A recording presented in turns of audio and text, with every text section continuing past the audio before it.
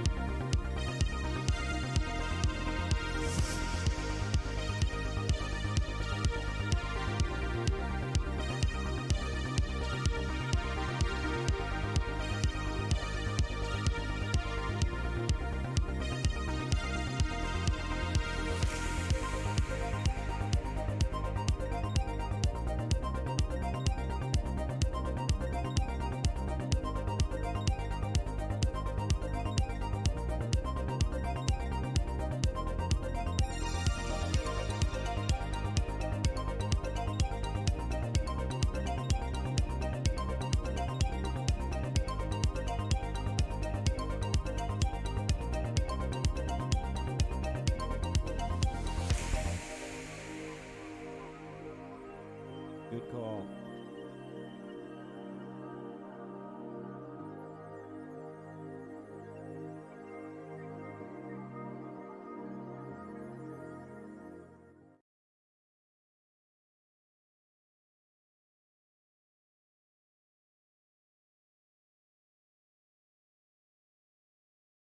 Hello, and welcome to Mental Health Mondays with Elisa. And Seth or Darion or depends on who it is. He'll go by Bubby. Sometimes he'll go by Darion. Goes by Seth by his wife. Mostly it's Darion for me. So we're all talking about the same person, just so everybody's. I'm the man of many names.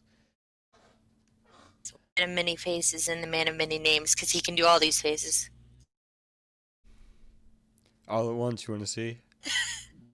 You want to see it again? For anybody out there watching, I appreciate you coming to stop by and join us in our exploration of anxiety, which is the topic for today, and not just any kind of anxiety, but generalized anxiety disorder, which is most adults, 31% of US adults have been diagnosed with generalized anxiety disorder throughout the US. So it is experienced at least once in your lifetime. Yeah. Yeah. There you go. I can hear you now. Can you hear me? Hello. Yes. The first, yeah, I completely missed until you got closer, and then I was like, oh, okay, you're back. Yeah. Okay. There we go. Brosia has made it, y'all. What up, Brosia? What's up, Broja? Oh, God. It's awesome. Okay. I want to give a shout out to a special someone I'm unsure. I hope watching. My wonderful, beautiful Addie told me about you. If you are watching, I hope you are, because girl, you inspired me. Inspired me because you showed I am doing. We, brother and I, are doing just a little bit of good, and that's all it takes. So if you're out there and you're watching right now, honey, I'm going to post my email up. That anyone has any kind of questions or about coping, about PTSD, about sexual trauma, what'd you do to get through it, post up my email address so you guys can contact me that way. It's an email that I made specifically for this forum. So anything that is sent on there will be confidential. I won't be sharing your name or information, and you can choose to remain anonymous by not disclosing any of your own personal identification information, such as your name. You can pick a nickname. We can call you a kitty cat. We can call you bear. We can call you Cookie for all I care. Need help? Want to talk? Reach out. That's a kitty cat. It is. But my brother was pointing out graciously. That's my kitty cat named Bear, funnily enough. So. Shit, I just covered all spectrums. You really did. You hit all the bases right there. That was really impressive. Generalized anxiety. That's a lot of people that go through this. It's 31% of Americans. Yeah, it's a lot, and it's not biased towards male nor female. It is a general anxiety disorder across all forms. I think it's very important for us to bring attention to this because anxiety can present itself in many different ways. You've come prepared with a couple of the symptoms, triggers of that, correct? Yeah. Yeah. So there's quite a few, and I'm sure a lot of people have experienced multiple of these kind of causes of general anxiety disorder. But health issues can be a huge thing. It's kind of like a trauma that you've lived through. I mean, a health issue is definitely a traumatic thing to go through, and that'll definitely affect the chemicals in your brain. So in cases like that, it's really important to be in touch with your doctor, let them know everything that's going on, because anxiety goes hand in hand with detrimental physical issues. So it's definitely a big thing. One that was definitely something that I experienced was medication. I had never had antidepressants or anti-anxiety pills before I went to the hospital, and the first medication that I tried, and I actually haven't tried any since, which I gotta say something about, gave me the worst anxiety that I've ever experienced in my life. I was the person that was peeking through my blinds, and I was afraid to go outside. That was a really rough thing. So it went as far as like agoraphobia for you. Like it was the outside terrified you, and you only felt safe inside. Yeah. Very extreme case of anxiety. Yeah, and I didn't know that was the word for that, so I appreciate you showing me that. But birth control pills can cause stuff like that, cough and congestion medication, stuff that makes you drowsy, weight loss medications. That does a lot of chemical changes to your body, and that can definitely alter the chemicals in your body. So yeah, talk to your doctor about how long you'll expect symptoms and stuff like that if you have a past experience with this, and it'll really help you a long way. And hearing about what other people went through when they were trying medications and stuff. But that was definitely one that I wanted to hit on because I experienced that, and it sucked, but not gonna lie. Caffeine, which I'm a devil to. I have a cup of coffee every morning, and it probably doesn't help, but it's so much of a routine now that I don't know. I feel like coffee doesn't do much to me anymore. I think I kind of outgrew it. But if you are someone that has troubles with anxiety, since you were like 6. Yeah. But if you are someone with a history of anxiety and you've never tried coffee before, maybe take a second to think about how it'll make you feel. I would avoid caffeine in general. Maybe try drinking something with low caffeine if you crave it or if it's something that you need. Also, Excedrin is a good one because it includes caffeine if you're having withdrawals. But also talk to your physician because, again, we are not physicians. We do not give any sort of medical advice. Right. But if you're having struggles with anxiety, there are things that you can do out on your own and see if it helps improve you. Dietary things, for instance, you can try different dietary things. Unless you have dietary restrictions, then of course consult your doctor. Um, do research. The biggest thing that I have learned is the more you learn about your own illness, the more you can kind of flag those symptoms before they really hit you and are detrimental to the situation. Yeah. Me, I know when I'm spiraling. I know things that set me off immediately and give anxiety. So I try to be actively aware in situations where these things might happen. Mm-hmm. A good example of this is this past weekend we had my Uncle Mickey's memorial, and Aunt Molly approached me and said, "Hey, I let everybody know before they set off fireworks. They have to come let us know to give us a heads up." And I was like, "That's awesome. That's all I need is just a heads up." But about maybe in 4 hours of being there, someone had decided to go back in the field and light off fireworks and literally scared the shit out of me. So I was not prepared for the reaction that I had, and it set me back on alert and high anxiety. And so to kind of like recenter myself and distance myself. And my Aunt Mall threw a fit. She had my back to Aunt Mall day. She did throw a fit. I mean, she was livid. She was Like pretty that mad. woman was pissed. She had my back the entire time, which I really appreciated, just to have that support. Although I do not like being the center of attention at all, so that was a little overwhelming because she had to explain to everybody why we're not just randomly setting off fireworks, and that makes me feel a little bad. But again, I'm not responsible for other people's feelings. I'm responsible for making sure that I feel safe. It's something that is very important for anyone that suffers from any kind of really traumatic experience, is that there are going to be instances where you feel unsafe and you need to trust your gut instinct.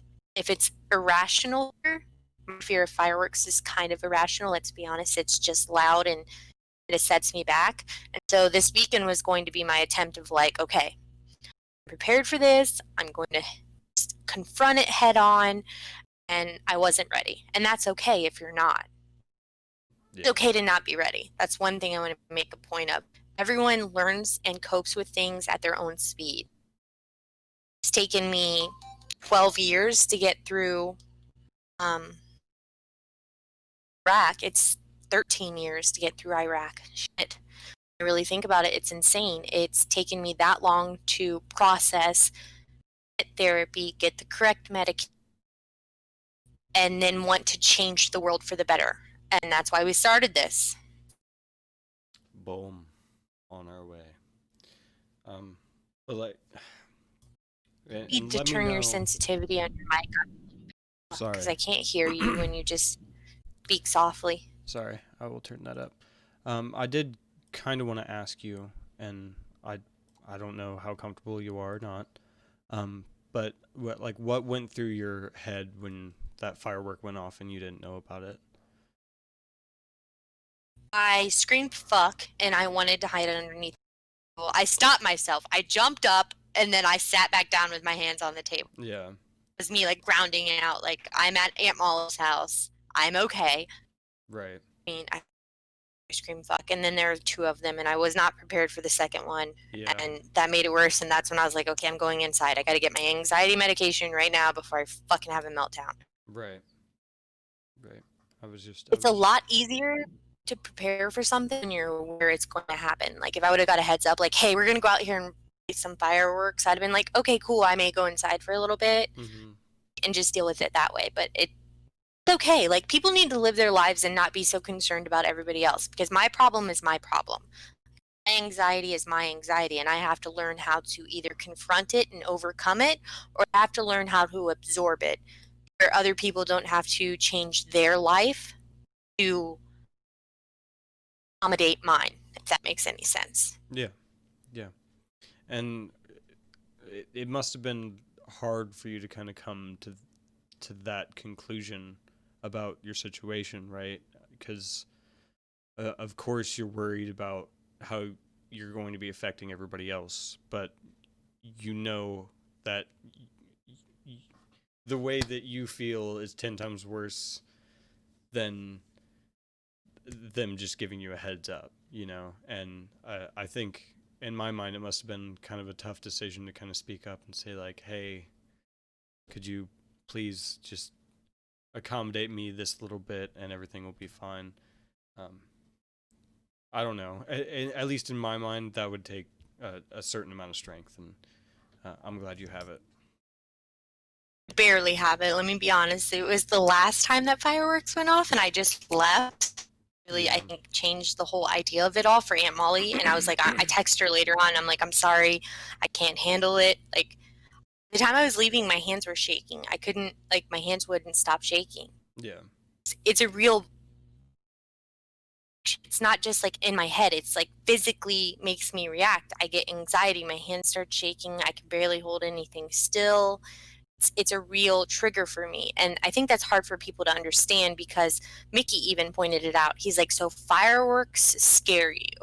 Like, it's not that the fireworks scare me, it's the noise and the It's the smell suddenness. and it's just the random it's almost like I'm there and I can feel it because after you get mortared there's a aftershock. You can literally feel it shake the ground. You can feel it on your chest, you know? And fireworks are kind of similar. Yeah. You see them explode before you hear the sound. Mm-hmm. And that's very impactful and very like terrifying at the same time because in Iraq it was you heard it, you felt it, and then you would see it. Right. That's how close it was, you know? They're blowing up our base. And I remember running around crazy trying to get a head count on everybody. And there were people out on mission, meaning they were doing convoys, and we're doing radio checks to make sure everybody's okay. It's this constant, like, on edgeness that's never really gone away of like, I'm responsible to make sure everybody's okay. Mm-hmm. And so I have to learn to cope and let that go, which is kind of hard. How long would you say it took you to kind of like center yourself? Like obviously you were driving home. Is there anything specific that you like kind of told yourself or replayed in your mind to kind of get you back to comfortable? My steering wheel cover, everybody makes fun of it, but it's a fuzzy steering wheel cover. It's a sensory thing, so Mm-hmm. I can like rub my hands on it and just feel it, and it's very grounding for me. Just texture in general. I'm a person that touches anything. I just want to feel the way it touches or feels. Touches. It works. So sensories are a big thing for me. So if I can touch something and feel grounded out, my steering wheel, knowing this is my steering wheel, it's fuzzy, it has the same texture I'm used to when I drive my car, it is very grounding. I always have like that one certain feel that I like. Mm-hmm. So I can have something to hold on to. Like, I'll play with Noah's hair or Oliver's hair when they're around, and that's really comforting to me. That's a grounding point. Like this is my kid. They're Right. safe. We're in America. Like this is my babe. Right. That makes sense. I'm You glad ever you had found any systems like like that. Me you personally, had onset anxiety like that? Like just hit you like that? um, yes, I think I was kind of coming up on the one that really affects me most. Um, I'm gonna skip one and then go back to the one that I skipped. But like negative thinking is one that'll definitely put you in a spiral for anxiety, whether it be severe or very mild. Um, I mean, your mind controls a lot of your body, and once you get your mind worked up, like I can get myself anxious to the point where my heart's racing and I feel doomed. Like I feel like I just feel doomed. Like I don't even I wouldn't even say like death doomed, just doomed.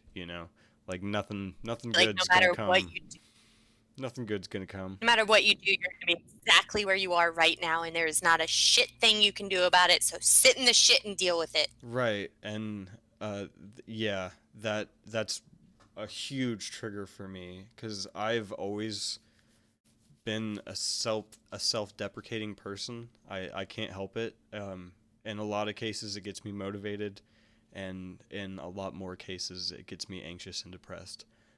And that's something that I'm still working on. But I'd say like as far as what you're talking about, that would be the closest like just switch of feeling that I could get. Um, the one that I went over, which I do this a lot. I don't know how much it really gives me anxiety, but skipping meals, and like low blood sugar, basically. Um, I don't really eat at work. I wait until I get home, so I usually don't eat until about 3 or 4 in the afternoon. That's how I'm comfortable. But I've always gotten way more anxiety in the mornings than I do in the afternoon. I don't know if that's a trend or not, but I don't really think that's ever been a huge trigger for me. Have you ever had anything like that happen to you, like low blood sugar kind of? Nope, food. So I was actually talking to my therapist about this. Actually, we had a conversation about this because one Okay. of the things I always point out in therapy is like I don't cook. I don't like to cook. I have no enjoyment in cooking, and I only cook if I really have to. Hmm. Even then, I won't eat what I cook. As weird as that is, because like when we were growing up, food was like scarce, and so we would just snack on whatever. I remember coming home from school and having saltines with peanut butter, and that was my favorite, and tea. It's the jam. That was what I snacked on after school. I was like cool with that. Yeah. It wasn't such a thing in our house. It was because we didn't have it, but it's because we didn't have it that I don't a lot of value in it We now. got comfortable living like that. Just Right. having the So like sustenance to get by. That's all we need, really. Don't gotta be if full. I'm hungry, I'll find something in there to eat. But Right. it's not to the point where I'm hungry. I'm just like, I'm not hungry. I'm not gonna eat. Yeah. Skip lunch, skip dinner, I can get by without whatever. it. Remember, if you're still here, send us a message. How was it? Have you turned to food for more of a comfort? And do you think that is something due to our food situation growing up? I don't know if you're still here. I hope that you are. And hit us up with an answer. That would be cool to understand your perspective from our childhood because we see how it's impacted Darian and I. But what about you? Like, do you still go to food as a comfort? Do you feel that's because of the lack of food that we had growing up? See if she comments. There Yeah. may be a delay. Yeah, we'll see if she says anything. Another thing, I felt this. See, I felt like most of these at one point in my life. Not all of them at the same time, but different points. This one goes back to like when we lived in Florida. Financial concerns. That'll give you so much anxiety, dude. It'll give you so much anxiety. Um, I have never been the kind of person to have a savings account, and usually when I got my paycheck, it was gone in like half a week, and then I wouldn't get paid for another week and a half. So I was always broke. Um, that's just how I lived. I mean, I used to smoke cigarettes, and yeah, just my bad habits. I would just spend money recklessly, and Kirsten has always been in charge of the finances. I'd give her like half my check, and then my check would just be gone. Um, and then living in Florida and our cars getting broken into, and feeling like we were stuck down there, and being worried about how much money it was going to take to move back up home and all that stuff. That was a very anxious time in our lives. Um, Absolutely. yeah, and if you're ever in a place like that, I know it might cost money. I'm sure you might have a friend or something, but try and get some financial advisement. Really, it helps a lot. Me and Kirsten have started to look into things like that. I mean, we're in a great position now, but just to get even further ahead, and things like that. But Cannot recommend. There's a couple apps out there. In all honesty, I did Acorns, which is really kind of cool. They do like this charge to this dollar kind of thing. Like you swipe your debit card and say it's like $4.99. They're going to put 1 cent into a savings account and invest it for you. I've done that for yeah, maybe 3 months, and I'm already up to like $341, and it's just from the little change off my debit card. So it's not a huge impactment. mm-hmm. I've also set up funds for Noah and Oliver for when they turn 21. They'll start off with like $20,000, and that can get them a new car paid off so they can go to college and not have to worry about Like, I'm trying to think ahead and be better with my money because I have no money management skills whatsoever. I don't think any of us really have money management skills because if we have No. money, we're like, whoa, what I else can know. I get? I know Burr don't have any. If she's still in here, I know you don't have any. None of us do. We I'm be broke over here. yeah, yeah. I like to think I'm slowly getting better, but I don't know. I guess time will tell with that situation. Um, Parties or social events. That that's pretty self-explanatory. I know a lot of people that don't get super anxious around big crowds, even though they have a general anxiety issue. I do, unless I'm with Kirsten or maybe one of my sisters or something, because I can get lost in our interactions with each other and be in our own little world outside of everybody else. So that helps a lot. But if it's just me around a lot of people, I'm definitely a little lost to my brain, and I'm very nervous and anxious about what's going on around me. Kirsten said that she Get uses that. acorns too, and she also said Babs helps her feel comfortable. And yeah, Babs definitely helps me It's an feel comfortable. I could just sit there option, and right? take care of Babs and It's ignore everybody, you know? it's getting to the point now where I want my kids to rely on me more, but they're becoming so much more independent, and it's like scary and exciting at the same time. But there's also the flip side to it, which I won't really discuss on here because that's here or there. But um, recently had Noah for 2 weeks, and we had a great 2 weeks. We went to a Butler County park, water. We paddle boated. We played at the park. You can rent like motorized boats. I think it would be really awesome if all three of us, I don't think Broge is still watching, got together and like did that like with our whole family. Yeah. That would be amazing. Now, today was a big W. Today Big was W for me. today was the dubs. Hold on. Discuss. I'll be right back. Okay, discuss. Okay, so my big W for today, I have been struggling since my suicide attempt, my last and final suicide attempt, able to see my children on a regular basis. It's still kind of sporadic with my oldest. I can't really decide if it's because of him or because of outside influences, to be honest. But today was a big win because I was able to achieve unsupervised visitations with my younger son, Oliver, who is 5. This kid, let me just tell you, this kid is empathy and kindness and shyness and independence. He's literally the reincarnation of me, but in boy form. Like, he's emotional. You don't have to scold him. You literally just tell him no, and he stops instantly what he's doing and like listens to you. Unless he's cranky and has not had enough sleep, and then it's like is breaking out on Earth. If there are any new parents out there, just know it does get easier. There will still be fits.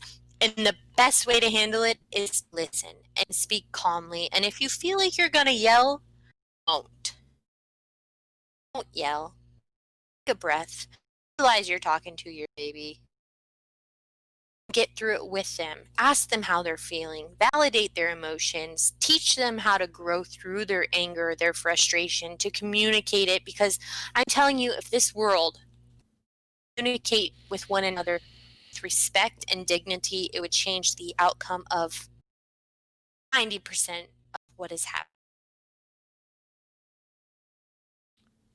Agreed. Very much agreed. Conversations are a necessity. A necessity. They are. So let's get back on topic of general anxiety disorder. Anxiety is a little more narrowed down besides general disorder, but there are different types which fall underneath that category. So it's like it's one category covers all these subcategories, and so they use kind of like the same treatment plan. Is very interesting to say the least. I know when I first got diagnosed with anxiety disorder, they put me on lorazepam, I think it was was a very low grade medication, which didn't do anything for me at all. Like, I was still having trouble sleeping. I was still waking up with night terrors. I was still having anxiety in the store unless I had someone with me that I trusted, and then I felt like they would protect me. I've always been the person that looked for that person to protect me. Honest, this is the longest period in my life that I've been single and trying to figure out my own purpose, better or worse terms. It really is okay to be alone. It's okay to figure yourself out. If you're in some kind of deluded, negative, trapped relationship, you need help. There's so many resources, and no one should go through life miserable. And if the person isn't meeting your needs, your standards, don't settle for less because you are worth more. That's literally all I can say. Mm. Mm. Yeah, and if you watched our last podcast a couple weeks ago before this, I actually had Kirsten on, and we talked about some things pretty similar to that had to change in our relationship for us to be better off. And if the person's worth it, then the person's worth it. That's all I can say. That's right, because if they are, they're going to try just as hard as you, and they're going to talk. You're going to have conversations. They may be hard ones, but you're going to have them and grow through them, and that's part of a 100 relationship. A relationship is never 50-50. Don't ever go into a relationship thinking it's half and half. No, it doesn't work. You have to give 100% of yourself, baggage and all, ugly and all, annoyances, little things that you do that may seem like completely normal to you, aka I put my shower that's on my hands, I put my hair that's on my hands in the shower on the wall. That's a deal breaker for some people, but I do that. Brother's making this disgusting face. Kirsten does that. Obviously not It's a deal thing breaker for because me. nobody likes But you're being stuck to you is disgusting. I know, and she tries to Real throw it away, but she almost never does. She always forgets it on the wall of the shower, and then I gotta walk into the shower with a gross ass hairball on the wall. I saw this really awesome thing on Snapchat by Kirsten said a it lady keeps it out of the actually- drain. Look at her trying to defend herself. Oh. I agree with you. Oh. There's a lady on Snapchat that makes her shower wall art, meaning she takes pieces of her hair and she does these like portraits, and they're actually really fucking good. I mean, they're good. Kirsten tries to do that part too. Of her oh, you make your flower on the wall. No, you knock it off. Right. Don't encourage her. You throw it in the trash, okay? Yeah, Think throw it in the Amber- trash when you're done. You can take a picture to show me, but then afterwards throw it in the trash, okay? That's it. That's all I want from you. My It's a picture. butt I ass don't wanna naked butt getting in the shower with a big ass hairball on the wall. Ooh. There could be so Ugh. many words. Like, you could totally get past that. I mean, it hasn't broke the camel's back yet, so. I mean, the hell that you guys have been through together is remarkable. When I say this to you and Amber both, that I am completely, utterly, insanely jealous of the connection that you guys have with your spouse, that unfiltered, unconditional love no matter what. Yes, you guys get angry and agitated with each other. Yes, there are things that the other person does where you're like, will you just fucking stop? But my whole life, I feel like I've walked on eggshells when it comes to the opposite sex, and I have always transformed into what they want me to be rather than being who I genuinely am. Yeah. Like, changed a lot of myself to match what they thought I should be, and now I'm at this point where I'm like, don't like me. Right. Yeah, and that'll definitely like get you in trouble, because at one point or another you're gonna get up and be like, what the fuck am I doing? I don't even know who I'm with, you know, and they don't know who they're with, and you realize how mismatched you are, and then it's just fucking drama. It's crazy fucking drama. it's taken me 3 failed relationships to be single this long and to like really turn into myself and say, well, what am I doing? The only way I can move forward and actually find someone worth my time is to figure out what's wrong with me, because I'm not perfect. I have my flaws. Those are the types of things that you have to really dig deep into. Those are the types of things that you have to like really an argument with your spouse, with your loved one. You really have to turn around and look at yourself and be like, well, what did I do to instigate this? Mm-hmm. What did I do? Was it something that I've done? Let's really think about this. Like a week ago, I didn't throw the diaper away when I should have thrown the diaper away. She kind of said something. I wonder if that's still bothering her. Okay, I know I didn't throw that diaper away. Are you still upset about that? Can we talk about what's going on? I feel things aren't quite right. Communication is key in all relationships, and I've gotten to this point of honesty. Just honest. If you're driving me crazy, if you're doing something I don't like, I'm gonna be like, hey, stop, please. Right. Like, Right. Yep. And sometimes I know I need to hear that shit myself. So it's good to know where you stand in a relationship, and I think that's what that boils down to, is knowing exactly where you stand without any misconstrusions or confusion. And Kirsten said, individual therapy helped us more than marriage counseling, and yeah, that's 100% why. Because I needed absolutely, because I each needed to of you figure out have who your I own was. truth. Yeah, need to figure out what I was doing and how I could fix it, and then she figured out what she was doing and how she could fix it, and then we came together and put our solutions together, and boom, bam. But that was something you guys did together, although it was separately. You're like, hey, I obviously need to go to therapy for me. You obviously need to go to therapy for you. Let's take what we learned and combine it and be better as a team, because see, that's what you are when you get married. You're a team. Two people joining together to be a team. That's amazing. It's incredible. It's inspiring. That kind of love that's lasted as long as yours and Amber and Richards and I'm sorry, yours and Kirsten's and Amber and Richards. I feel like that's one in a million, and I am not lucky enough to hit that jackpot just yet. It's a lot of work. I have a lot. It's a lot of work. But I wanted to hit on something earlier. Oh, the medications thing. I've mustered up the strength to schedule an appointment with a family doctor. So I might be able to try some different medications to help me with my anxious moments. And that may not be huge. Been on anything that's helped you? It's me, huh? Have you been on anything in the past that helped you? Have you ever had like a reoccurring prescription? No. I've had one prescription, and it was the one that made me super anxious. So I've always been really afraid of taking antidepressants and stuff like that. I don't. No, I don't. It was a couple years ago at this point. But it's a big step for me. I'm kind of nervous about it. But I'm gonna go in there. I'm gonna be really honest with the doctor, tell him exactly how I'm feeling and stuff like that.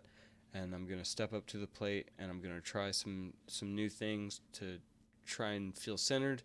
And I'm super pumped and super nervous about it. So I hope that goes really well. But I know it will. If was you're super honest excited and to say that. truthful.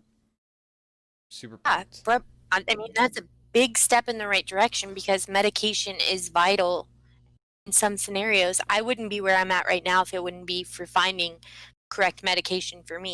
I've been on, in the last 10 years, I've probably been on at least 7 to 10 different prescriptions trying to find something that'll help me sleep, because I don't sleep unless I have medication.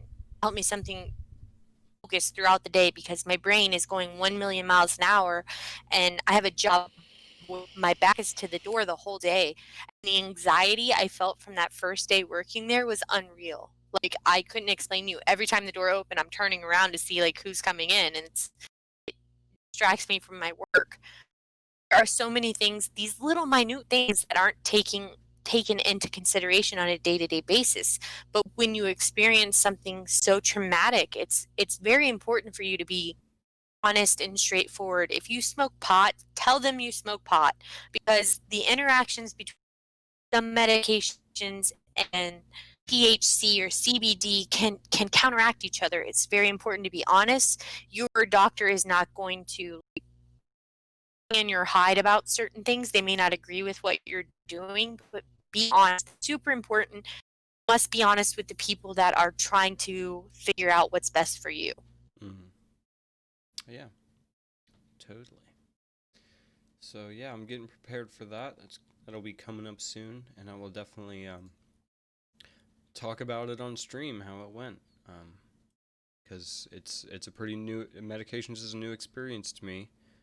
So, we'll see how it goes. I'm hopeful. The beginning of a Yeah, I'm very hopeful, and I want the best, so that's what I'm looking forward to.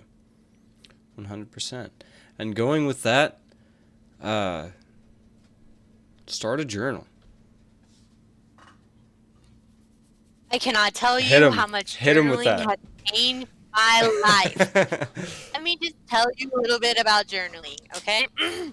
So, it was first recommended to me, actually, isn't recommended, was something my mother did. Passed away. She kept journals, random journals throughout the house. And a lot of them she wrote in, these are kids, this is for Christopher, this is for whoever she wanted to address in those particular situations when she was mom, just to clear this right out of the bat, suffered from severe on top of anxiety, on top of MS, on top of cerebral palsy, on top of a learning disorder, on top of a slew of other things. Mm-hmm. The fact that my brother, my sister, and I have made it as far in life as we have, from the background that we have had, is miraculous. It's miraculous. It's beautiful to see my sister interact with her children and be so connected and so concerned. And she is an anxiety queen, although she will not admit it once in her whole entire life. She's an anxiety queen. She worries about things that I don't even worry about. She does. And on the other hand, I worry about things that she doesn't even worry about. So it's like this whole, we kind of balance each other with our worry. And then Darion's just like, worry. We're all on the same level of worry about different things. Yeah, my worry is completely different than your guys' worries. All of our different worries are in different branches, But they still account to the level of anxiety across the board. It still creates this feeling that we're all very familiar with of this soul-crushing, holy shit, what am I going to do? Right. And then you just make a plan. I remember one of my therapists, when I first started therapy after my suicide attempt, she said something to me that I will never forget. She said, Lisa, you have to take it moment by moment. It was like, I don't know if I can make it to the next moment. You don't understand. I don't want to be here anymore. I can't handle this. I can't handle the ugly in the world. I can't handle with the things that I've done. I can't handle with the things that have been done to me.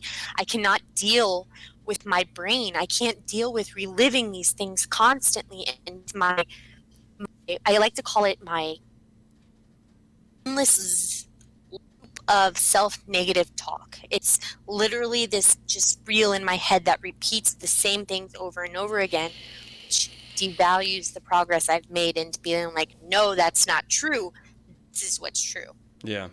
So one of the things that she said to me is, if you can't make it moment to moment, you make it second to second.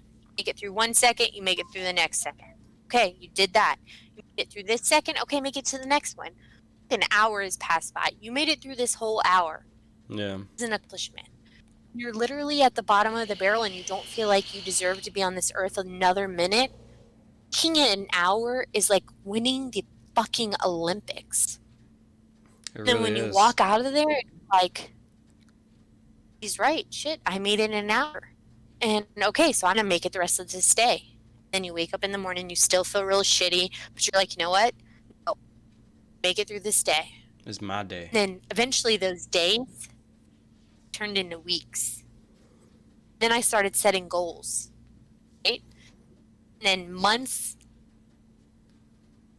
I'm almost 2 fucking years without a suicidal thought, then a suicide attempt, without ever letting myself get back down to the negative spiral that I was in, because it is possible. Woo! Take your body. That's right. People can take your body. They can try to take your mind. They will never take your light. You are light. Each individual person on this whole earth has some gift to somebody else. The only way to live your life is to live your life giving.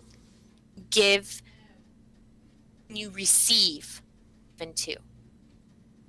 For a really long time, it was really hard for me to accept gifts from other people because I would feel like I owe them. True. It's a really hard thing. True. But so my mentality on it is this. I've done the whole drive-through pay for the person behind me, and the whole, like, I'm not bragging on doing things for people. I'm just saying I've done it. It's rewarding. It feels good. I've had somebody do it for me, and I'm just like, well, damn, that person was nice. I'm gonna pay for the person behind me. Let's do it. There are those flabbergasting moments where you're just like, wow, person thought about me and I'm behind them, and like, they don't know who I am. They don't know what I've been through, and that little ray of sunshine just made me make it through the next fucking hour. Yeah. Yeah. And you start a train. I say hi to him. And you start a kindness train. You pass it on. That's right. You pass it on. That's tried to do, you know.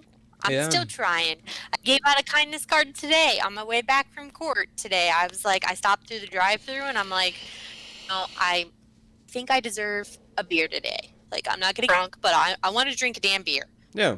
A 6-pack. Solidarity. Beer. Just you. I'm drinking with you. So it was a solid, I felt good about it, so I decided, you know what? I'm gonna drink a beer and I'm going to be okay because today was a good day. Today was a good day. You're going to be in a good head zone. That's right. That's right. That's a beautiful thing. Wow. Wow. Beautiful thing. We've talked about it a couple times. That shebang started with Start a Journal. Go to therapy, man. It is literally like the most life-changing thing that you can do that is probably really close to your home. A therapist can help you really get your mind in check, get your thoughts in order. My therapist, I started off by hating it and now I love it, but she challenges me. Like, when I say something that makes total sense to me because it's how I think and it doesn't make sense to her, she'll be like, but why would you connect those dots? And I'm sitting there like, I don't know. I just connect those dots, and it makes me start to think about it. And I've started to make huge changes in my life to make me feel so much better. We missed 2 Mondays ago podcast because I had a therapy appointment. I haven't seen her in a long time. I was super excited to see her and then jump on the podcast and talk about it with all of you. But unfortunately, I was a little raw by everything that we talked about, and I didn't feel very comfortable getting on the stream that day, and that's why that didn't happen that Monday. But I still talk to her, even though I'm feeling so much better now. I still talk to her occasionally. I'm going to try to at least see her once a month just to kind of check in and see if how I'm processing things is the best way to process things, and how it differs. Excuse me. How it differs how I see things to how things actually are, and that's another huge thing. Somebody that doesn't know you can have a completely new and fresh perspective on your life and what you've been through, and they can give you advice without adjusting it to you. Yeah. Without adjusting it to you because they know you so well. So a therapist will just they'll tell you like it is, but they'll do it in a way that makes you feel comfortable and you'll feel lighter after a session. And again, I've said this before, if you have a therapist that you're not comfortable with, try again. Find another therapist. The therapy office that you're at, let them know. Say like, oh, this therapist that I was with, our personalities didn't really match, and it made me uncomfortable, and I feel like I really couldn't say anything. Let them know. They can find a therapist that'll fit the kind of reaction that you're hoping to expect. And again, I'll say, at first I was a little put off by my therapist that I have now, but then I realized the benefits that her point of view can give me, and can change my perspective. And like, she's a good friend to me, but she's also like, she challenges me so much, and I still struggle with it sometimes. I'm still very much put off by it, but it's something that I think really helps me figure out what's going on in my head without her telling me what's going on in my head.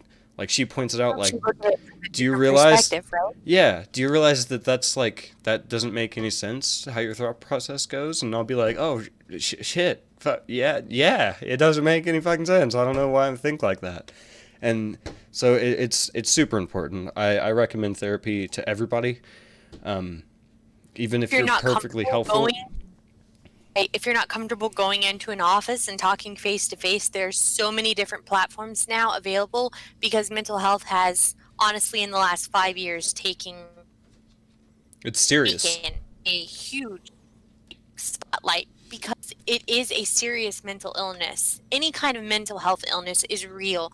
Just because you don't see it on the outside doesn't mean people aren't suffering on a day-to-day basis.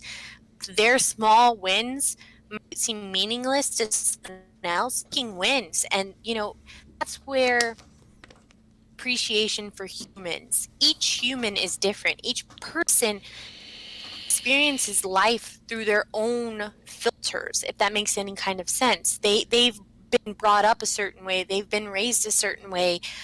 Have I'm not trying to stereotype people, please don't feel that way. I'm just kind of in this broad explanation. But you have people that are country boys that wear the cowboy boots and are like opening the doors for the ladies and pulling out the chairs, and then you have people that are a little more downtowny. Let's call them like city people that are more like not so in touch with the old roots of opening doors and the courteous behaviors. I'm not saying people in the city aren't like that. I'm just saying generally, like, there's this biasness for the way people are raised. And I feel with confidence, my brother and my sister and I were raised to respect our elders. If we ever called in our mom anything other than mom or Miam, because that was my own personal nickname for my mom, I made that shit up. Be like cats, and I don't know, Miam, Miam. Call her that all the time. Um, it is important to remain respectful to others, individuals, and their beliefs. It doesn't mean that you cannot voice your own.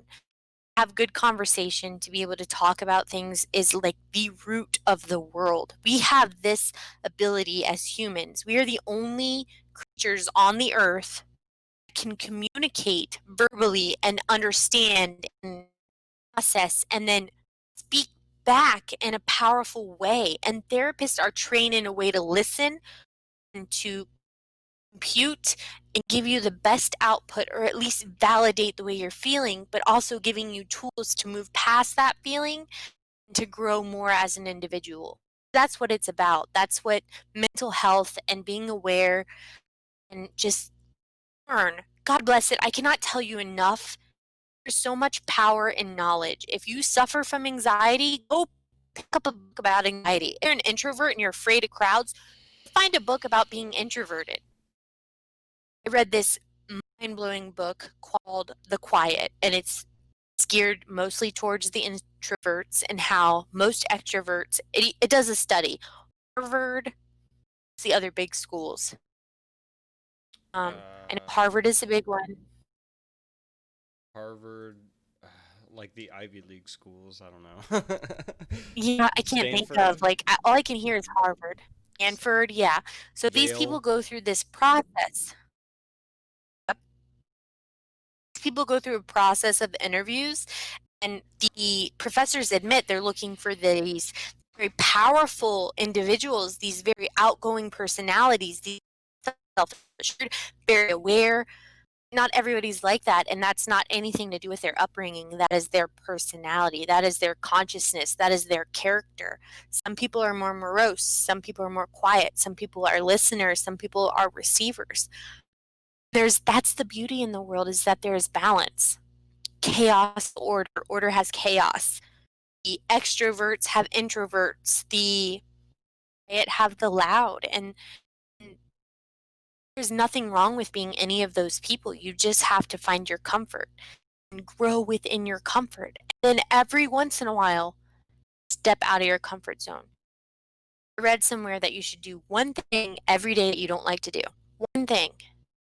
That's just to make you grow. Me, I hate doing the dishes. Like, I fucking hate it. I would rather scrub the floors on my hands and knees, wipe that shit up, and being like clean floor boom. And like dishes 5 feet high. Don't care. I make myself do the dishes because I hate it. It humbles you out. Do something you hate every day.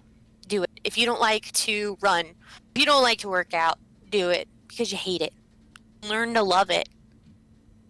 Learn to love the things that you don't like. Push yourself to be better every day. You don't have to compare yourself to anybody else in the world. The only person you need to worry about is yourself. So yesterday, as my Uncle Mickey's memorial, I did pretty fucking well. I was pretty quiet. I was pretty reserved. I kind of was kind of isolated to myself. I chit chatted a little bit. I was comfortable being by myself. I instigated conversation when I was comfortable. Be who you are, and don't be ashamed of who you are. And don't feel like you have to explain it to anyone. My cousin Mickey made it a point to bring it up to me. Like, he's like, "You're scared of fireworks." And I was like, "I'm not scared of fireworks. It's not the fireworks. It's the fireworks due to my mentality. It's the noise. It's the fear. It's the I can't believe where I'm at, and I'm hearing this right now. I need to like ground out." Makes no sense to anybody else unless you've experienced it. I think I'm sorry to interrupt, but I think you might agree with this, you might not. But I think one of the reasons that it might give you so much anxiety is because it's mixing the two worlds. Like it in that specific situation, it's literally a party filled with people that you care about, and then to have a shock like that from such a dark time in your history is like merging those two situations together, and it's hard to distinct in the moment. But yeah, I can totally see. And Yeah. it's like, I can't fight because my loved ones are here and I'm scared shitless and I want to grab everybody and shove them underneath the picnic table, grab onto the fucking. This is where I am. I am okay. Okay. It is a really strange, like, flight. It's flight or fear, right? That's the technology. Fight Or or flight. one or the other. So it's a real instinctual feeling. Yeah. In the military, they train you to think you're fighting no matter what. If you're in some sort of situation where it's like you or them, you're fighting. Fighting. Doesn't matter. You're fighting. Stand up, take it head on, go for the win. No matter what, you're going for the win. It doesn't matter. And then you have to like reset your brain and like track back. And even still, my experience, military is supposed to be this like grounding root of like people, brother and sisterhood. You guys are all connected. You're gonna fight for each other and get your buddies back no matter what. I got your six. That's something you hear all the time in the military. But in my situation, when you have friendlies, which is a common term for other people in the military, you have friendlies take advantage of you in a sexual manner. It makes that trust, that like camaraderie fall apart. It makes trust in the future so hard for me anyway. I still struggle to this day with trusting any Because you're supposed to secret. trust those people with your life. You're supposed to protect each other. You're supposed to lay down your life for one another. And yeah, for them to have not even a tiny bit of care or trying to give you well-being, and the neglect that happened to you. Yeah, I can. Yeah, I mean, yeah, I'll never feel it, but I can at least understand it slightly. You know what I mean? It's like the neglect and the of like being so naive to trust somebody. You know what I mean? The man was yelling for help, and I'm gonna. This is part of what I do, and I walk up and I see this man standing there screaming for help. Like, what am I supposed to do? Just ignore that? Like, every fucking sense in my body was saying, this is not right. This is not right. Like, you can't not do it. You don't have any way to contact him. You're like 2 miles from talk. You're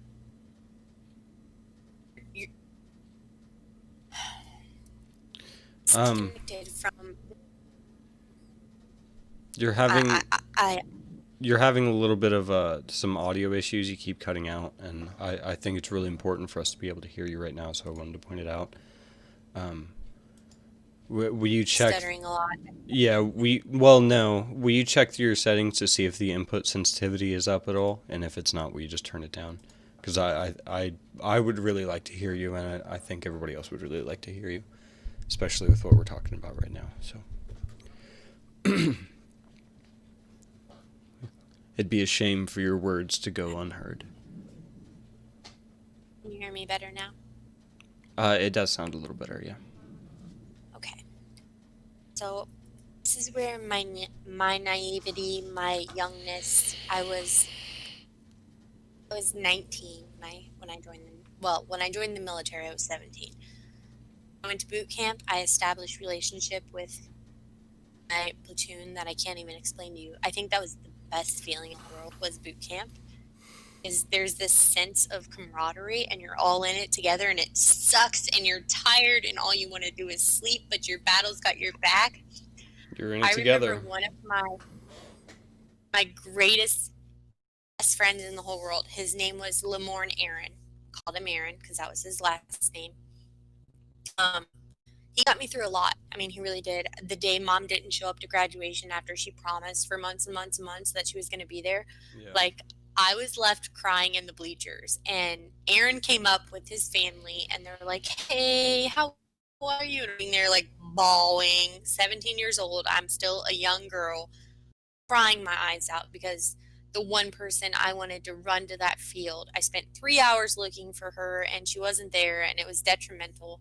So I put a lot of stock into my military brethren and sisters because there is a camaraderie that comes with what we've been through. And in war, you feel it so much more powerful because it's life and death every day. So when you go out and you trust someone that is supposed to be your comrade, your brother, so to speak, you're supposed to trust them without any question. And here they are flagging me down. At this point, I'm 19. I'm still pretty naive. I hadn't had any other life experiences besides high school, then the military. Boom, that was my life. And then I was deployed. Maybe 3 months after I finished high school, I was going to war. We mobed up for 3 months, and we did so in the fucking winter of northern Ohio, which is right by Michigan, and it gets fucking cold, which is the stupidest thing in the whole world for going to Iraq, because when you get off the airplane and you're like, okay, I expect, oh, I can't breathe. 100 million air, like blow dryers on high, blowing in your face. Imagine that's what Iraq is like. It's constantly just blow dryers blowing on your face. But you go there with this sense of camaraderie. Your battle has your back. And they make these rules where you can't go anywhere being a female without another female. But we had 3 females in my whole entire fucking company. 3! That's it, just 3. So it was me, it was a lesbian black woman, and then a married Hispanic woman. Mhm. There's 3 of us, and we all worked different shifts, so there was no of us meeting up to do certain things together. Then when I got married, I had to travel like a mile and a half further away from our area Mhm. in order to go back to my housing unit. So that's when I was flagged down by one male. I approached the situation cautiously, I felt, and I was like, "Are you okay? I can go get more help. It's just me." And they're just like insistent that I come with him. And I remember following him and I'm like, "Where are we going? Where are we going?" And I'm asking this over and over again and he's not answering me. And finally get to this concrete barrier. I'm going to give a little more detail than I have in the past. So if anyone is listening that this may trigger, I'm giving you fair warning. You do not have to listen. You can absolutely connect. I'm going to talk a little bit more in detail of what happened to me in Iraq. Okay. So I'm following this man, and this man had this mustache. Like I can't probably explain it efficiently enough because it's the one thing that I remember so vividly. But he had these dark, long, dark brown with like hints of gray in between his mustache, and it went out to like right here, like on the edge of his lips. And I remember following him. And I remember coming to this concrete barrier, and it was just me and him in there. And I'm like, well, what's wrong? What do you need help with? And then 4 other men came in, and one came from the back, and um, he, he had his M4 locked and loaded, right? So it was chambered, like it was in his magazine was off. Like I couldn't see if the safety was on. At that point, it didn't matter. His magazine was in his weapon. That means it's hot at that point. I can't tell whether the safety's on or off. I have a loaded gun pointed at me. What am I supposed to do? I thought for a moment of trying to run, but literally, there were people blocking this exit, 2 blocking the other, and so I just kind of like I, I I just shut down, and the guy with the mustache. I remember him telling me to unsling my weapon. So I took my weapon off, and he's like, "Put it down." And I remember putting it barrel up against the concrete because you're never supposed to put your barrel in the sand. Um, I remember him telling me to take my blouse off, which, if you're familiar with the Army uniform, it's Velcro. Not anymore, I think they changed it, but it's Velcro in the front and then a zipper. I remember undoing my Velcro, I remember unzipping it, I remember pulling it off my shoulders, and I remember him telling me to take my belt off.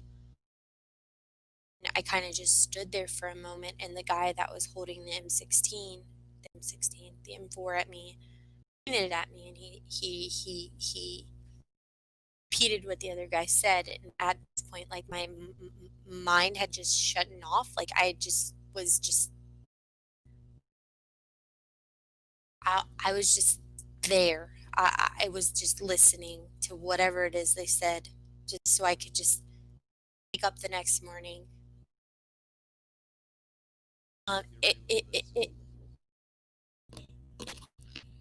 It got a lot darker. That's pretty much all I want to say for now. But after it happened, I remember going back to what's called a CHU, which was our housing container unit. I remember calling Amber. We we were video chatting, and I was crying.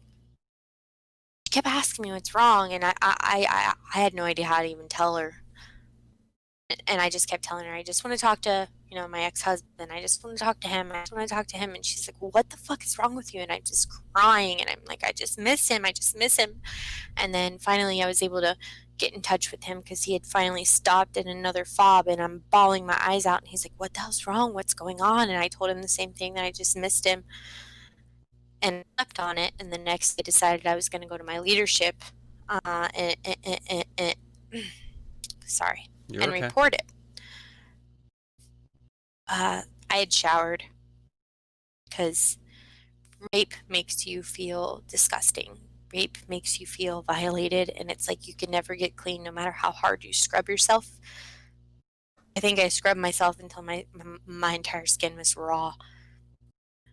And I went to my command at that time, and I walked up, and I'll never forget what they said. Is at that moment I just stopped and turned around and walked back to my chew, which was like a 2-mile walk. I'm not even going to lie. But I walked up and I was crying, obviously. And he's like, oh shit, Stough, what now? What's wrong? Another thing happened? Okay, what's wrong? I just stopped and I turned around and I walked away. It wasn't until I met a couple really great people in the Army that I ever really told the truth.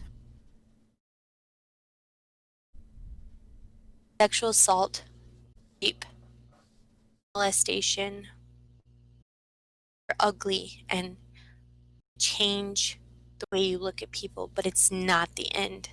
I promise you it's not the end. I'm going to take a minute and I'm going to go take a couple deep breaths, and I'm Yep. going to be back. I have to pee, so I'll be back. Enjoy your pee. I love you.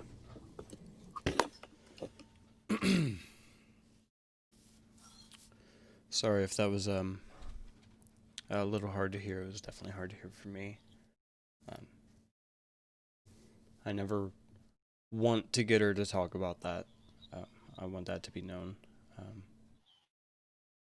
But that's something that is a huge part of how her mental illness affects her now. So I'm sorry if that was hard to hear. It's hard to hear for me as well. But let her take a second. She'll get back in the right mindset. She's a lot better now. So she's feeling a lot better now. Yes. Chewy, you are correct. Talking about it is what helps people get better with time. You are correct. And I think she definitely is getting better, and I think this is a huge appreciation to her that you guys are willing to take time out of your day and listen to her talk and talk about what she goes through, listen to me talk and talk about what we've been through together, and Mental Health Mondays, man. We get it all out in the open. Sometimes it's rough, sometimes it's fun, but that's what it is. I think another thing that Elisa will agree with me on is some of our anxiety definitely comes from our family history with anxiety. Our mom having the illnesses, both mental and physical, that she was dealing with, definitely has taken a toll. And I think we carry a lot of that with us. And we're both smokers, and that doesn't help very much with existing anxiety. I vape. Well, we both were smokers. We're both caffeine addicts too. And that's something that'll definitely take a hit to the old anxiety brain. But yeah, I feel like, especially after that, I do want to go back and hit on a few points with the things you can kind of do to center yourself a little bit. I know I've talked about this a couple times on the podcast, and me and Kirsten still haven't done it. We've looked into it a little bit, but yoga, that's something that I'm pretty interested in trying, just to experiment, just to see how it makes me feel. A really relaxed form of exercise, really, and I saw something that like chakras and spiritual energy has been like scientifically confirmed, which makes me super pumped. Because I've always been a fan of the whole like focusing your chakra and aligning your chakras, and that will make you feel better. A thing that I've practiced with in the past and I've had a lot of success with is meditation. It's hard for me to get into a meditative state, but when I do, it helps incredibly. But I definitely recommend that. I cannot hear you. No audio. Can you hear me now? I can. There you are. Okay. So I have a question. Yeah. How do you get into that meditative state? Like what is your exact process? Because I still have a really hard time finding that like that balance of complete calmness and that focus entirely on your body rather than everything that's going on around you. I struggle with that a lot. Well, like I said, I think I've only really reached it a couple times in my life, and I've practiced, pretty frequently. Hey, Shrimp, how you doing, brother? Welcome to the stream. Shrimp, you're back! Shrimp! What's up? We always got to celebrate Shrimp. Shrimp's the man.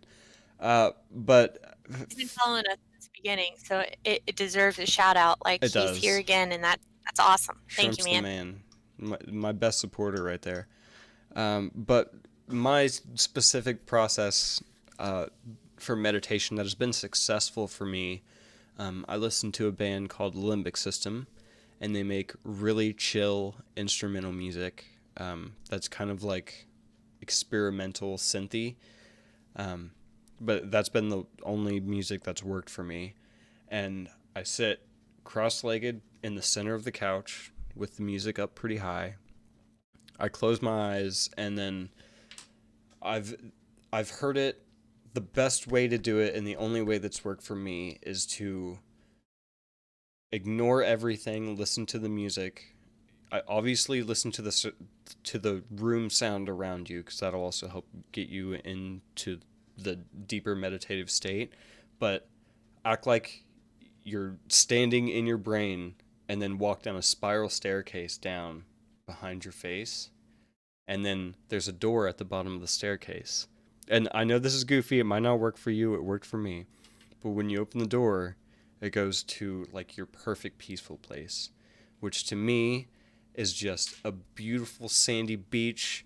You can't see anything across the water, it's just endless ocean.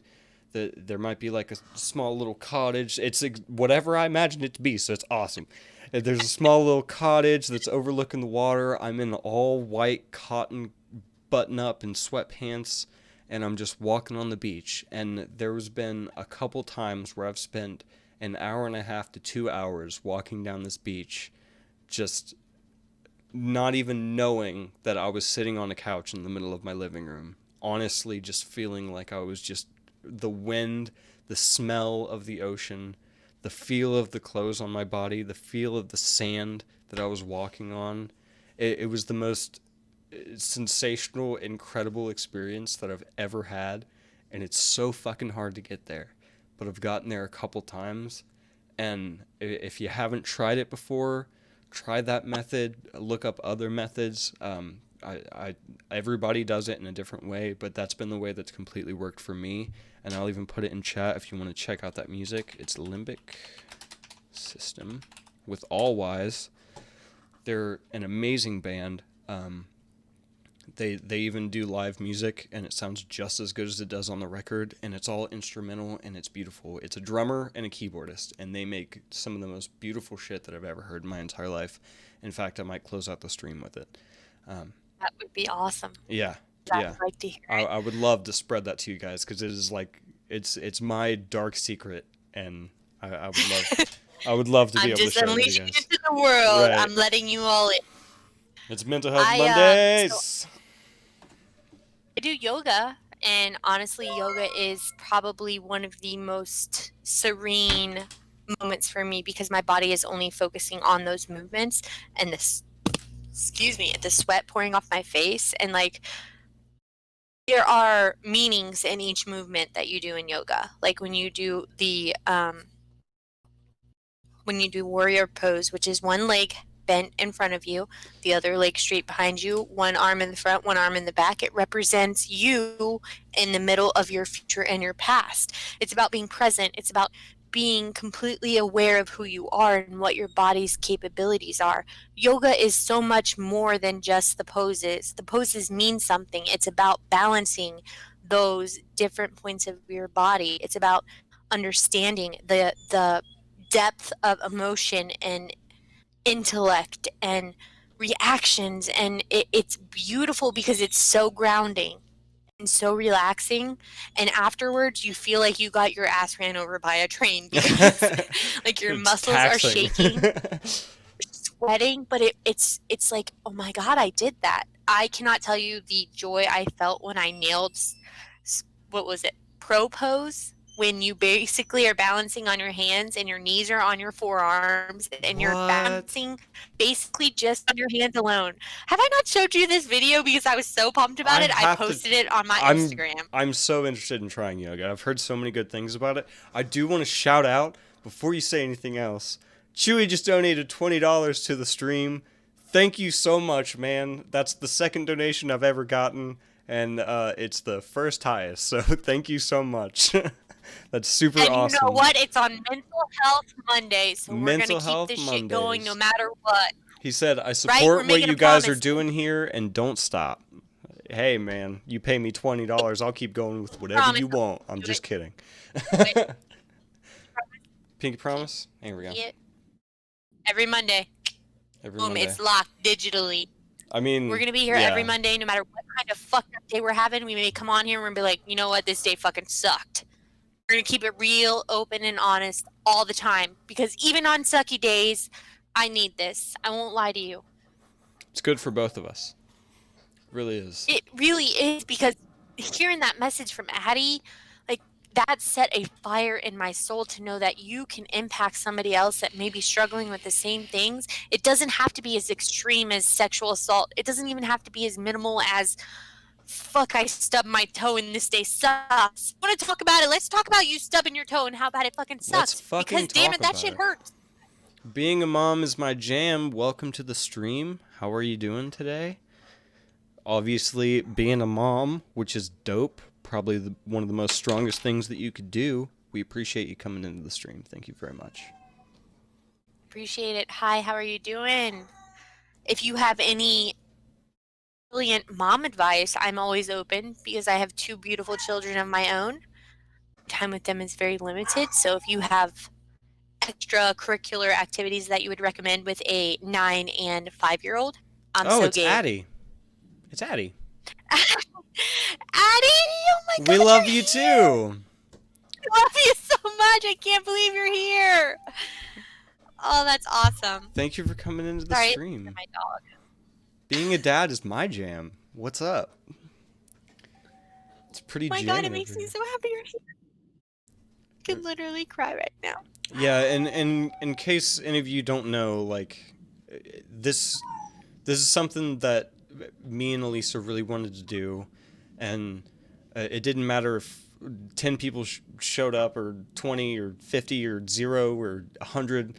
Like, this was still just a really good release for me and her both, and then having someone in our personal lives that we've never like directly recommended watching the stream to, and then hearing them talk about their friend that watches the stream and how important it is to them, it completely humbled us and blew our minds, and it made us realize that this is bigger than just me and Lisa. So thank you so much, Addie, for that. I mean, giving it so much more soul than the huge amount that it already had. Thank you so very much. Shrimp, everything is good, man. Everything's good. Next time, though, make your bed. This is the guest bedroom. My dog messes that bed up, so You didn't hear that. The dog can sleep there. so Not everybody makes their bed every day. I make my bed every day. I do not. I do not. I work in the morning. It's part I of my I like leave that set shit a things in order. mess.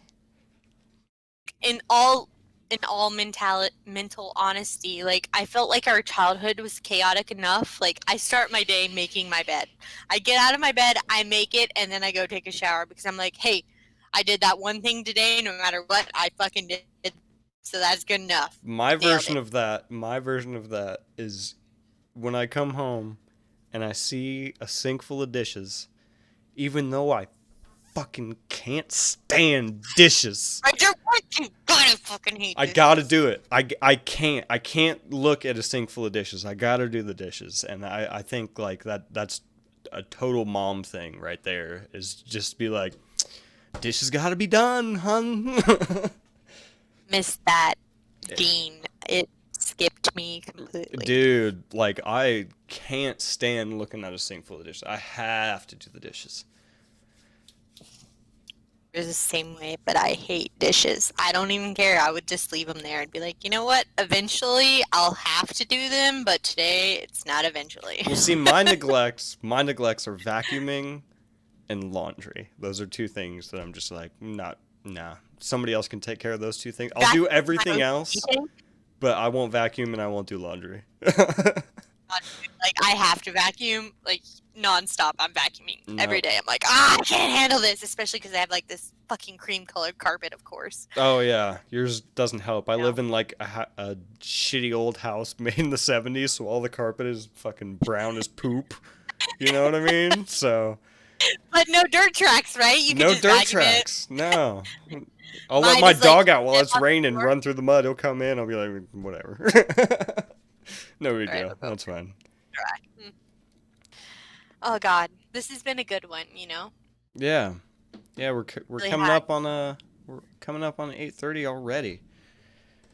Hot Can't believe it damn. flies by, dude. It really does. It flies by. We always start off the podcast thinking like, oh, we're not gonna have enough to talk about. There's gonna be so much like empty space, and then we'll end the podcast like, dang, already. Like I got like So 2/3 the way through my notes. next week we're gonna prepare a little better. If anybody has suggestions for topics that they would like to be discussed, brother, post my email in the suicide hotline thing. Okay. You know how to say first and maiden last name, so we're good, and it's at gmail.com. So anybody that's on here, please feel free to email this account. I check it every day. It's not one that I use on the reg, but because I'm putting it out there for a means of contacting me personally, and then I can share this knowledge with my brother. We are open to topics if you want to talk about certain things, addiction, recovery, any kind of sexual trauma that you may have happen, losing a loved one, pregnancy. Life altering events in general can be extremely high stress, and if you don't have the appropriate support, this is what we're here for. We're here to talk about those things. We're here to help you grow. We're here to help you feel more confident. We are here for you essentially. I share my struggles in order to find those few people that can relate and hopefully grab on to something that I can say that will give them the will to see the next day, or the will to seek out a therapist or go to a doctor and tell them your experiences, and go through the terrible, awful that you have to do. It's not easy. It's not, God, look at my face. I cannot tell you this enough. It is not going to be easy. But at the end of it, it's worth it. It is hard. It is trying. It is mentally shattering on occasion. Exhausting. But I'm telling you, once you let that secret go that you've held on to for so long, and you tell somebody you trust, whether it be anonymously through the awesome crisis line or through the suicide hotline, it is a step in the right direction. You have to let that ugliness go. You have to set it free, because the more it's inside of you, the bigger it gets. Let it go. What was that email again? is elisa.stough@gmail.com. Is that simple. Because ain't nobody got my name. My maiden name. Okay, that'll be on the screen there. That dot is If you have a it- period, just so everybody knows. And I do want to say, I try to say this in every single of our mental health podcasts. We are not professionals. We are not doctors.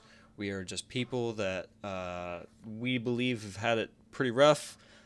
We have experiences with stuff that a lot of people share experiences with. We don't claim to be experts on any of this stuff. We're just here to get our voices out there. We want to hear your voices back. We want to spread positivity. We want to share that it's okay to feel exactly how you're feeling because you're not alone. And we hope that we're not alone. Do you hear me? We hope that we're not alone. So You're not alone. I'm here with you. So communicate with us. Come to the podcast. Join in on the conversation. We'd love to hear what you have to say. To get online, get on here. We'll have a 3-way conversation. It's a possibility. Again, there's on the bottom of the screen, I think I'm pointing right at it. Hold on. Right there, yes. The suicide hotline right there. Yeah. It is Over now here. a 900 number. That means it's an emergency number. It is 988. If at any point you are having any kind of suicidal thoughts, suicidal ideation, if you have a plan, if you think you might have a plan, please call that number because tomorrow it may not be better than today. But a year from now, when you look back at how low you were and see how far you've come, it's worth it. I promise you, I've been there. I know how alone and how dark and defeating it is. If I can give you one hand, one step to see a little bit of light, I'm here. You want to ask me questions? I will give you the gory details. You want to know how I got through it? I will explain to you in depth if I can help you. Do not give up. I have lost many brothers to suicide. I have lost many brothers and sisters to suicide. It is not worth it. It is a temporary solution or problem. It's a temporary problem. The permanent solution. I'm sorry, I said that It's a permanent backwards. solution to a temporary problem. That's got exactly you. what I was trying I to got say. you. I totally said it backwards. And for all appearances, reasons, everybody welcome my beautiful, gorgeous niece Babs. Say What you doing, everybody. Hi, Babs. Spreading positivity. I'm not that boo. Say You can't hear me, hi. can you? I'm talking to no one, but I'm gonna wave. Hi. You see Say everybody hi. out there on the internet. Say I'm number Hi. one. I'm number one. You sure are, you adorable thing. Beautiful. Beautiful. So I promised some limbic system. Let me pull it up here. I play some limbic system so I can sign out before my dog has a heart attack because he wants to go outside so bad. Come here. Oh god, he ain't gonna make it. Come here. Come here. You guys want to see the second cutest face in the whole world? Look at that face. Oh my gosh. Oh, My- excuse you.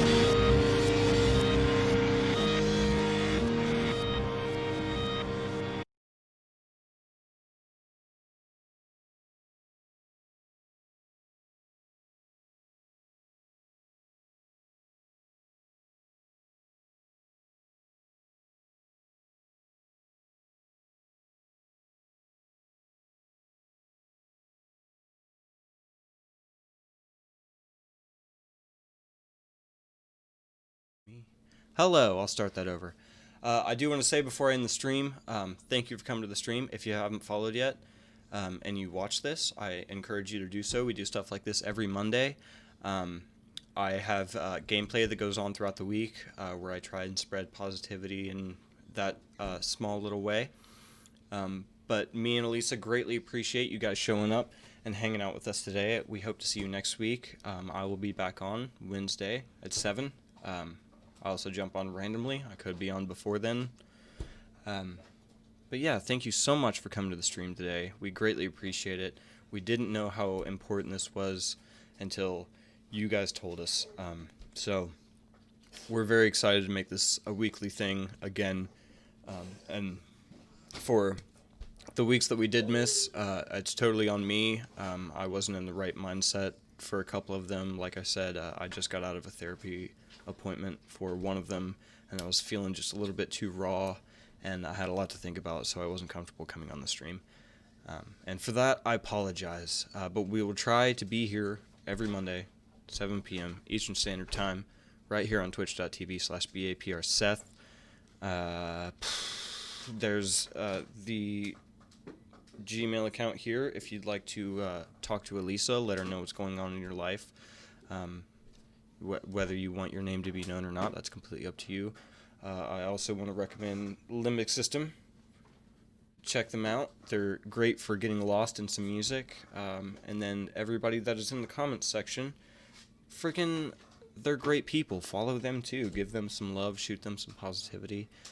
And we greatly appreciate it. Shout out to Chewy for donating $20 this stream. Thank you so much. And shout out to Addie, aka Being a Mom is My Jam, for the follow this stream. It's super important, and it helps us out so much that you did that for us, and we greatly appreciate it. So I can't wait to see you guys either on Wednesday or next week. Have a good night. Love you.